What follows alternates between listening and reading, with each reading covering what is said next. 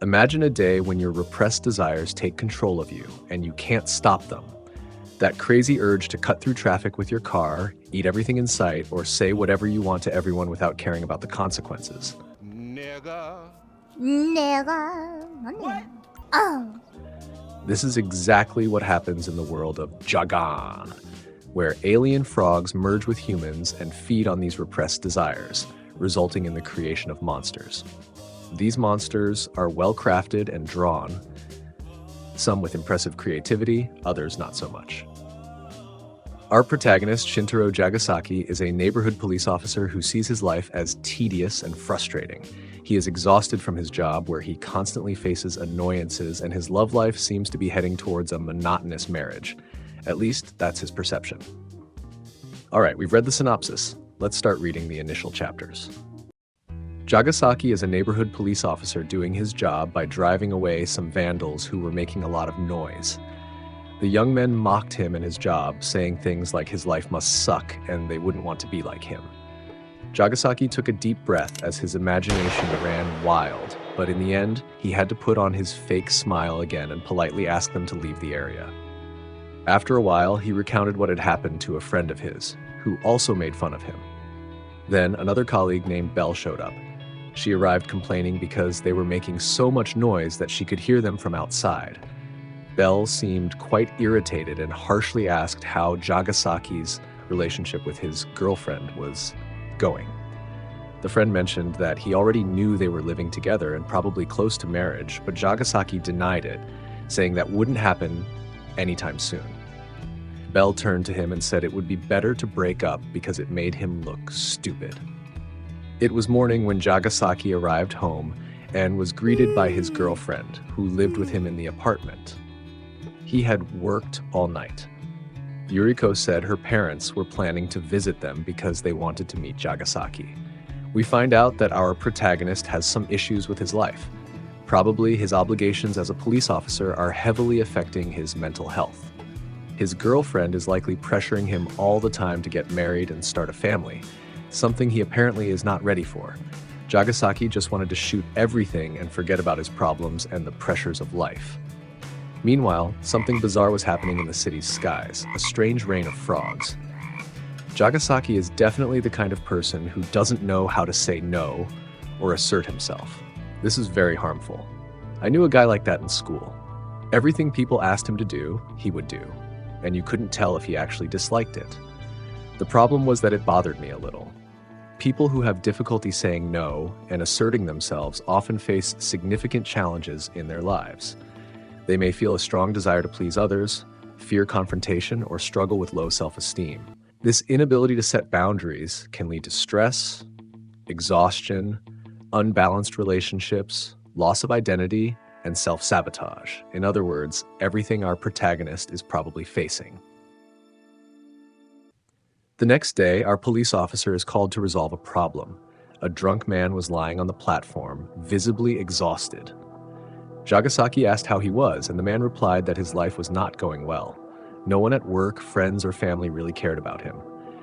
Jagasaki put himself in the stranger's shoes, as he was in a very similar situation. He motivated the man, saying he was doing a great job for society. The drunk man cheered up, got up, and went towards the train, and Jagasaki followed him along with another police officer. As the train followed its route, Jagasaki saw an owl that looked like a Pokemon, and shouting began inside the carriage. A man started yelling at another, calling him incompetent and useless. Jagasaki went to see what was happening, even though his partner asked him not to intervene. The man started questioning why Jagasaki was interfering and who he thought he was. The man got so furious that his mouth began to deform, and suddenly a monster appeared. The monster brutally attacked everyone in the carriage.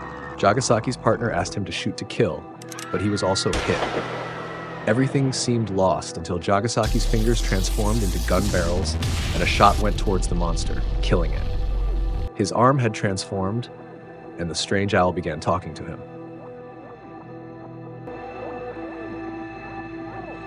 The owl introduced itself as Doku while eating the frog that came out of the monster Jagasaki had just killed. Still in shock, Jagasaki listened as Doku offered to explain what was really happening. The owl began by talking about the rain of frogs that had fallen on the city. These frogs, called frenzied frogs, used the human body as a host while they grew inside, feeding on repressed desires. Once fused with the host became a fractured human, transforming into a monster reflecting their suppressed desire. Doku explained that its function was to collect and eat the frogs, while Jagasaki's role was to defeat them. The only reaction our hero had was to blow everything up, as he always wanted, and so he did. Jagasaki arrived completely disoriented at his apartment. His girlfriend was there preparing dinner, and she was very worried about the state he was in, going to help him. Jagasaki imagined that he might have transformed into some kind of mutant, and that his hand had a life of its own, referencing the anime Parasite the Maxim, where alien parasites fall onto Earth's atmosphere and merge with humans. The parasite's goal is to take control of the host's brain, but in the protagonist's case, he manages to stop it, and the parasite ends up merging with his right hand, and the two share the same body. This anime will also get a video in the future. To worsen the situation, one of the frogs appeared right beside him and headed towards his girlfriend. Jagasaki watched the creature enter her neck without her feeling anything. The situation was far from good. He asked if she was feeling okay, and she started asking serious questions, like if he cared about the future and if he thought about having children, things he had never heard during the 4 years they had been together. Yuriko talked non-stop about what bothered her, especially the fact that she didn't want to discuss these issues with him because he always came home tired from work. As she spoke, she transformed into a scorpion-like creature. She advanced directly towards Jagasaki, and Doku's words about fractured humans popped into his head. In the end, he had no other choice but to shoot to survive. Jagasaki manages to tear Yuriko apart with a point-blank shot. She manages to apologize for making Jagasaki have to fake that smile he always gave people. Before saying anything else, the frog leaves her, and the owl appears again, devouring the frog. After devouring it, something suspicious called a dung ball comes out of the owl's rear. Jagasaki is not happy to see her again and goes after her, threatening her to explain what is happening.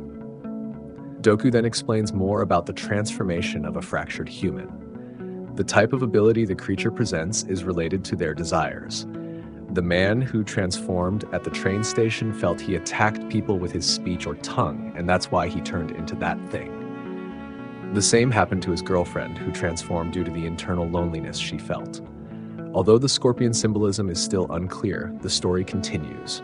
Doku reveals that Jagasaki was also a fractured human, but his frog was still a tadpole, which is why he hadn't lost control. The reason he transformed his arm into a weapon was related to his desire to shoot everything with his finger. Jagasaki, furious, threatens Doku again, demanding that she bring his girlfriend back. However, Doku makes it clear that Jagasaki is solely responsible, as he was the one who shot. Our hero feels his heart racing and his body beginning to transform. Doku knows what is happening and says the only way to stop the transformation is to break the dung ball, turn it into powder, and snort it. Jagasaki does this, and the transformation stops. Doku explains that the effect of the dung ball is temporary. Every time he uses his powers, his transformation will accelerate. Doku declares that Jagasaki will now be a half-fractured warrior, and that his objective is to destroy all the fractured humans scattered around the world and collect their dung balls. His new name will be Jagon. The TV reported the attack that had occurred on the train, describing it as the work of a man using a whip to cut people before ultimately exploding. There was no mention of a monster or anything of that sort. Meanwhile, Jagasaki was being interrogated by his superiors. He claimed that he hadn't been able to see the assailant's face because he was busy evacuating the train. His superiors seemed to believe his story without much questioning. With Jagasaki's partner now dead, Bell was assigned to be his new partner. Our hero couldn't dispose of the remnants from the previous night's incident and ended up storing what he shouldn't have in the refrigerator. He asked Doku what he was, and Doku replied that he didn't know. The only thing Doku knew were the rules, but he couldn't say how many frogs existed in the world, raising Jagasaki's doubt about how many he would need to defeat. Based on the first chapter, there could be an infinite number of frogs. The process of digesting the emotions from the frogs seemed to be exhausting for Doku, who said it made him sleepy. Jagasaki was getting ready to attend the wedding of his friends. Upon arriving, he reunited with all of them. He felt sad because attending a wedding, something his girlfriend had always dreamed of while dealing with the aftermath of the previous night, was eating him up with remorse. When the groom asked if he had a girlfriend, Jagasaki's hands started to transform.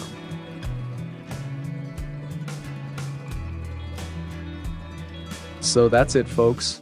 We've wrapped up another quick recap covering just a few of the initial chapters to give you a taste of this amazing manga.